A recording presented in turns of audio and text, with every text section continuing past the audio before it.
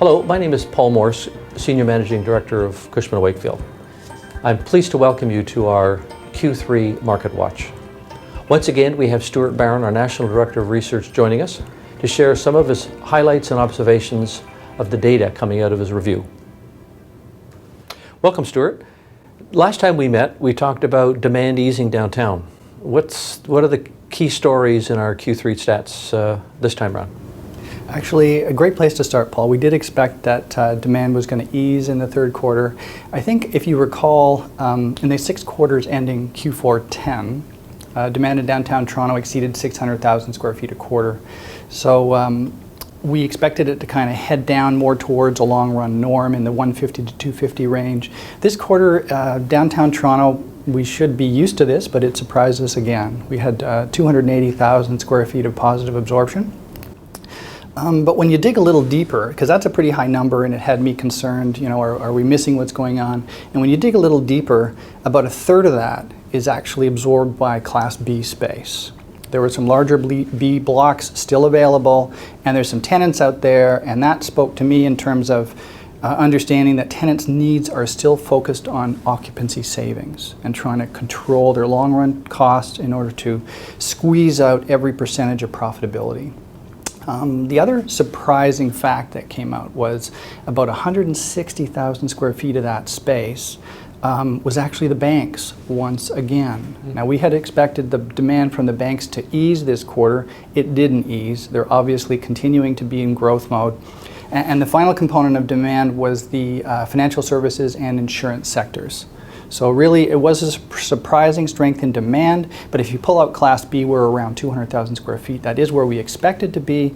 Surprise was that it got driven by the banks. So what our vacancy rates now would be what in the Class A sector downtown?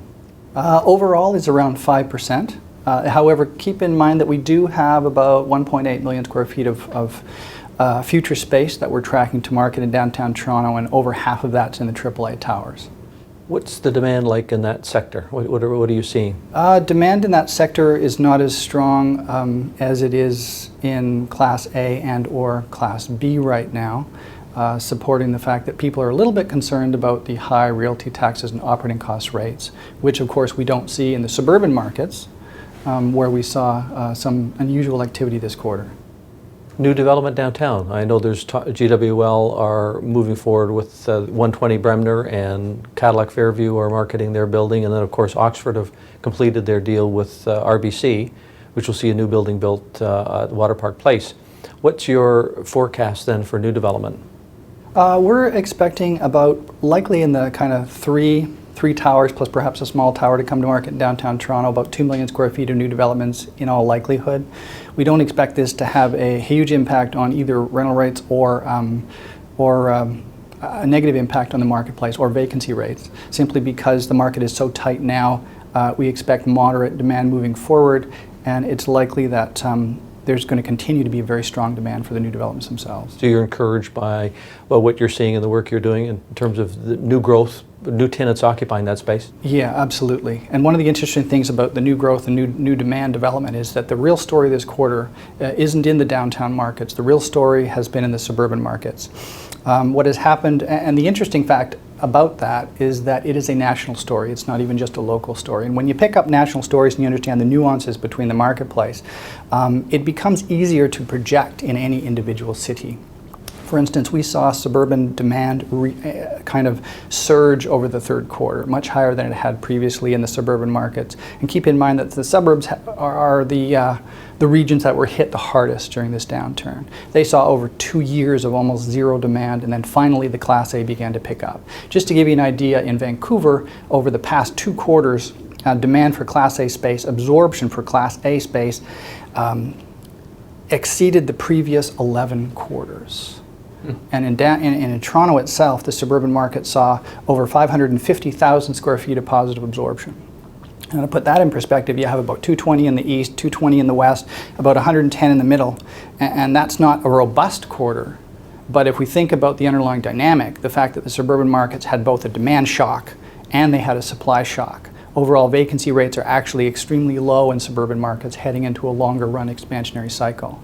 So with this, 550,000 square feet of absorption, a level that we have not seen since Q3 2008, we saw vacancy, for instance, in the GTA East drop from 9.5 down to 8.3% in a single quarter. Now, 8.3 is striking distance to 7, and 7% is when you start seeing a significant escalation in rental rates. So the reality is that the suburban markets, so quickly after being hit so hard, are actually seeing a little bit of upward pressure in rental rates, and we're going to recover faster than anticipated. The Hoop was very successful with their Arizona project, tracking Target and Pepsi. Are you seeing any other, more talk about development in both the West and the East? We're seeing pent-up demand that suggests that development activity will become a story in the second half of 2012 in terms of announcements. The real question then becomes, because of the overriding uncertainty in the market with the European debt crisis and the US economy turning, how does this impact demand in the second half of 2012? Are you seeing any evidence of tenants thinking differently today than they might have even a quarter ago? Yeah, that's a great question, particularly because the suburban markets just began picking up steam. No, we are not seeing any demand curtailed whatsoever in pretty much any of the markets across the country. However, so the suburbs are likely to see a continuation in strong demand for the next 2 to 3 quarters. If we get hit from a demand perspective, as a result of the global situation, it's likely going to be seen in the second half of 2012 and the first half of 2013. Excellent. Well, thank you, Stuart. Thank you once again for sharing your insight with us, and look forward to you coming back to do our Q4 report. Thanks, Paul.